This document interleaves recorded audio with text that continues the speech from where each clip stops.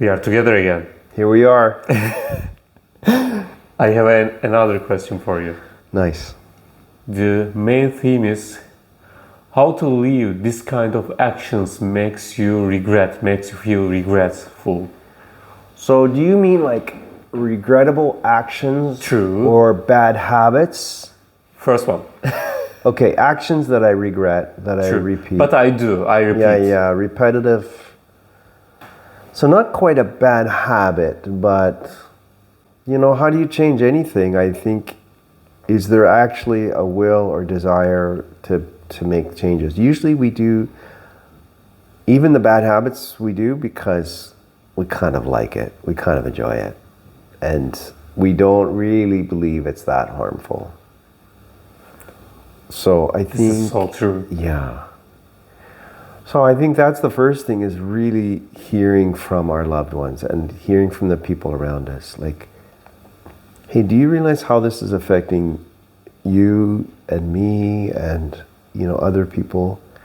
Maybe these are habits that, let's say you live alone and you drink too much alcohol. And you think, it's not bothering anybody else. I'm still keeping up with my job. Whatever else my responsibilities. I just like to drink. And yeah, it's too much. And I know it's bad for my health, but, I'm young and it's still fun for me.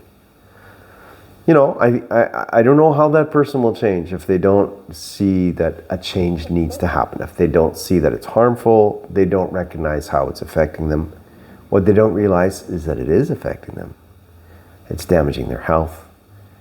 It's damaging their mental clarity. Budget?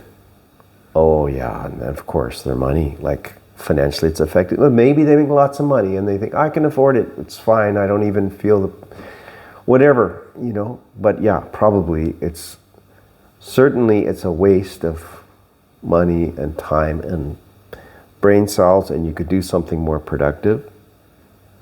But let's go back even why we do any of those things.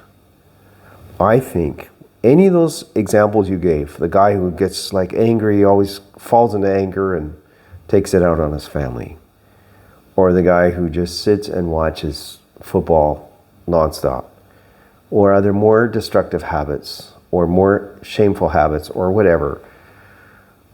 I think it mostly comes from a feeling of powerlessness. I don't have power in my life. I don't have control over what's happening in my life. Like I feel powerless in my life, right? So, let me speak about, I don't know so much in Turkey or other countries, but in America, let's say, we have a problem among young men in their 20s who feel like the world is a hopeless place. I will not be able to achieve, let's say, the wealth that my parents achieved, or, the education I have is not going to provide the life that I thought it was going to provide, or I have so much debt already because I have a student loan and a car loan, whatever. That is a powerless feeling. It's a hopeless feeling. And if I have no hope, I have no reason to change my behavior. Okay, so let's back it all up. What needs to happen?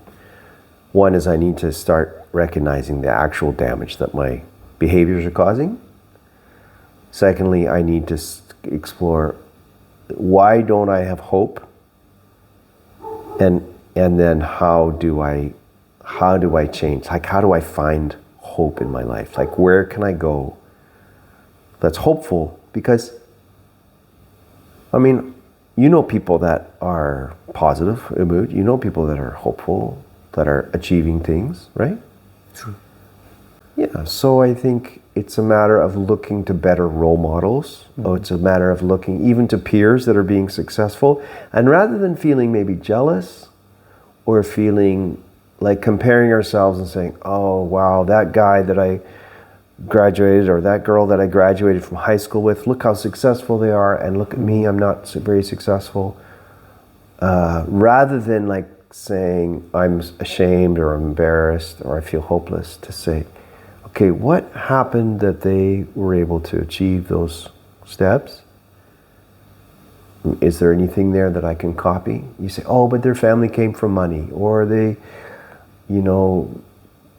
that person's grandfather gave them a job in their company. Okay, so some things you can't repeat, but maybe there's some qualities that you can copy and emulate and begin to find some hope. And of course, you know me, I'm always going to bring you back to the spiritual element of faith. And, I think the only true source of hope is a relationship with God. So you have to explore your faith and how you find hope in a relationship with God. But you need to find hope. You need to see the damage that your behaviors are causing, and stop comparing yourselves to others. And you can change. Change is possible. I've seen lots of people change. There's a book, I can't remember the author's name right now, but it's called Change or Die. Mm-hmm. And if you remind, please write on I'll put it in the comments. And it began with a study of heart patients, and they found that 9 out of 10 heart surgery patients in recovery were told these behaviors in your life have to change to improve your life.